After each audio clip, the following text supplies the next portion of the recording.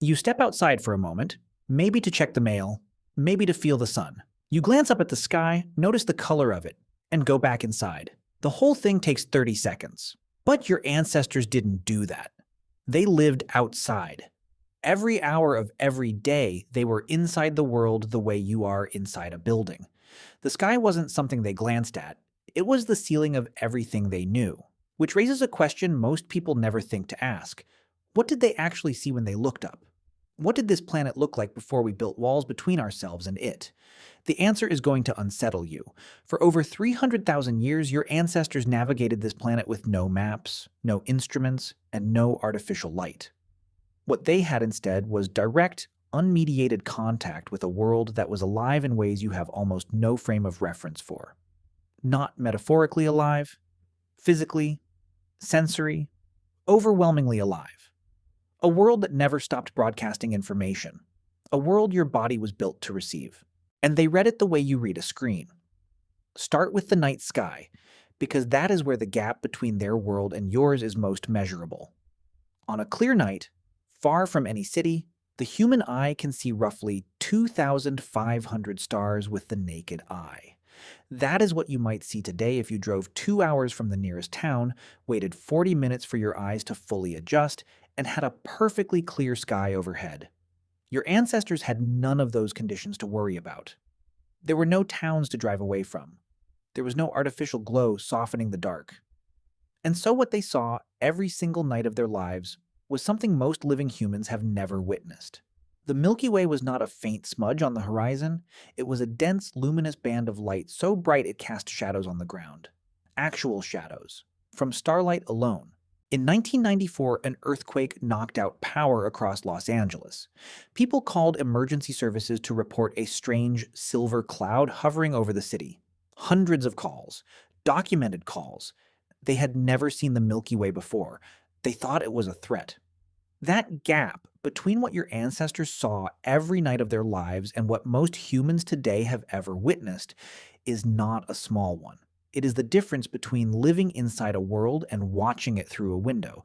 But the sky was only one layer, and in some ways it was the easiest one. Your ancestors didn't just observe the natural world, they were fluent in it. There is a distinction worth pausing on because fluency implies something different from observation. A tourist in a foreign country observes the language being spoken around them. A native speaker is inside it. Every word lands with meaning before the conscious mind has time to process it. That is what the landscape was to ancient humans. Not scenery, not backdrop.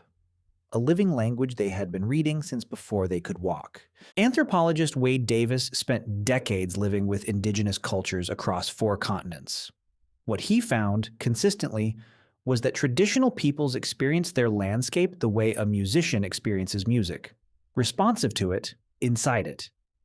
Every shift in wind, every animal call, every change in cloud formation was legible to them in a way that took years to learn and a lifetime to deepen.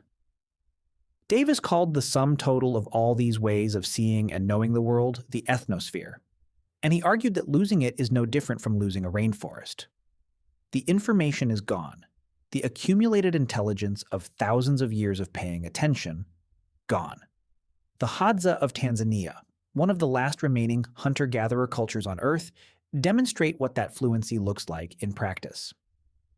Frank Marlowe, an anthropologist who lived with the Hadza for years across multiple field seasons, documented trackers who could follow a wounded animal across dry, rocky ground that left almost no visible print. They did it by reading disturbances in dust no thicker than a coat of paint. The direction a single blade of grass was bent. The way a particular insect had reacted to something passing by 3 hours earlier. The ground was a text. They were reading it at speed, without effort, the way you read these words right now. And it wasn't just the Hadza. The Aboriginal Australians developed one of the most sophisticated navigational systems ever documented. The songlines, a network of routes across the entire continent of Australia, encoded not just directions but the entire history, ecology, and spiritual geography of the land in the form of songs. Bruce Chatwin, who documented them extensively in his 1987 book, described a system where a person could navigate 3,000 kilometers of desert terrain by singing the correct sequence of verses. Each verse described a specific landmark, a specific animal behavior, a specific quality of the light at a specific time of year. The landscape and the song were the same thing. That is what the world looked like to ancient humans. Legible, dense with layered meaning, every feature of the landscape connected to every other feature, and all of it connected to survival. The numbers tell one story, the lived reality tells another. Picture a morning, roughly 70,000 years ago, in what is now southern Africa. The air is cool before dawn. A small group of perhaps 25 people is waking up near the edge of a forest where it opens onto grassland. There is no fire yet. The coals from the night before are still warm. Someone is already watching the horizon. They are watching it the way you watch your phone. Automatically. Because the horizon tells you things. The color of the pre-dawn sky told your ancestors where the moisture was, whether rain was coming within hours or days, whether the wind would shift direction before midday. Not because they had memorized a set of rules about it, because they had lived outside long enough that their bodies had internalized the patterns. The sky was a clock, a calendar, and a weather report all at once. And it was accurate in a way no instrument could match for that terrain, because the people reading it had been reading that exact sky, in that exact place, for generations. Robin Wall Kimmerer, a botanist and member of the Citizen Potawatomi Nation, writes about this as the intelligence of the land. Indigenous peoples across every continent developed what she calls a grammar of animacy, a way of perceiving the natural world not as backdrop, but as participant. The trees were not decoration. The river was not scenery. They were entities with behaviors, patterns, and signals. And ancient humans were paying attention to all of it all the time because their lives depended on it in the most immediate physical sense possible. Miss the signal. Don't eat. Don't drink. Don't survive. The sounds alone would have restructured how you experienced the world. Before industrialization, the natural soundscape of the Earth was so rich and so layered that Bernie Krause, a soundscape ecologist who has spent 50 years recording wild habitats across the planet, estimates that 50% of the places he recorded in the 1970s are now acoustically silent. Not quieter. Silent. The insects are gone. The frogs are gone. The specific birds that filled specific sonic niches in specific ecosystems are gone. And with them, the information they carried.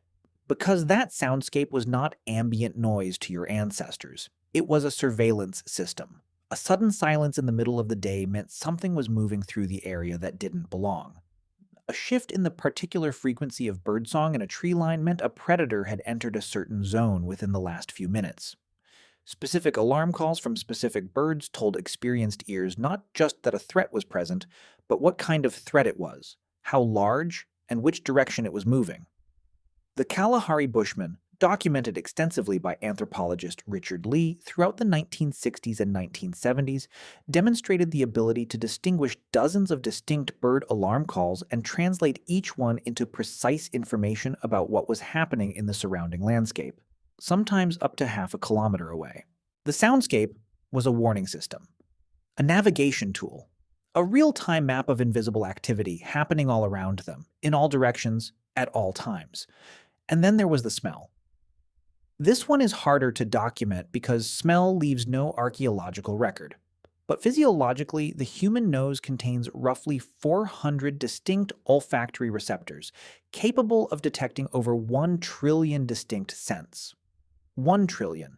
And in a world without engines, without synthetic chemicals, without the permanent olfactory fog of modern life, those receptors were tuned to a landscape that was constantly broadcasting.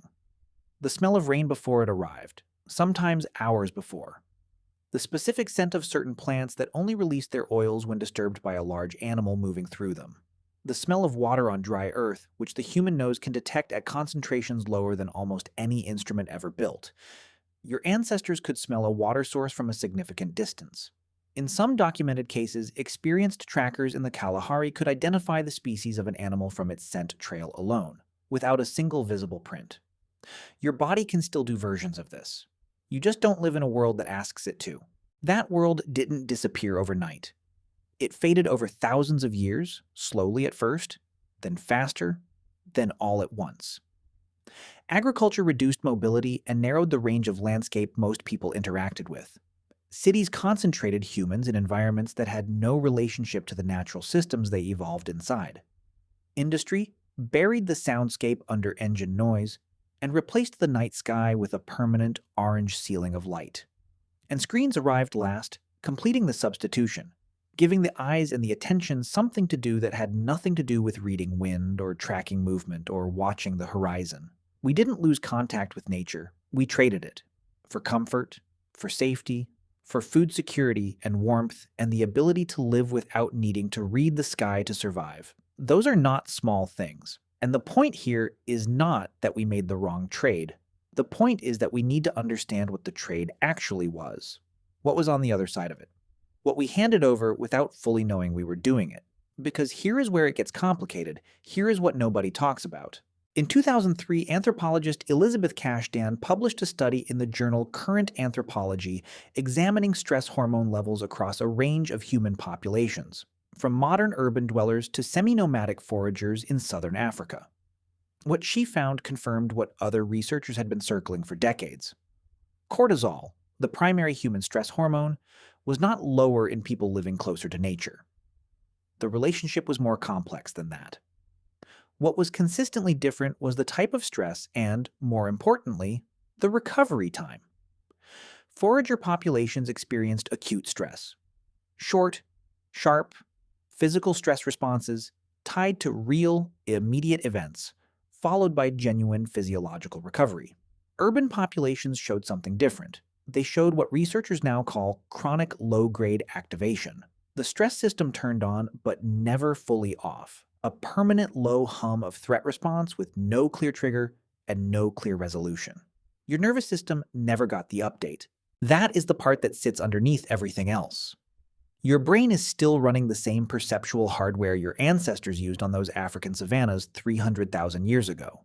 The part of your visual cortex that evolved to track peripheral movement, to catch a predator crossing the grass 200 meters away at the edge of your vision, now flinches at a notification icon sliding in from the corner of a screen.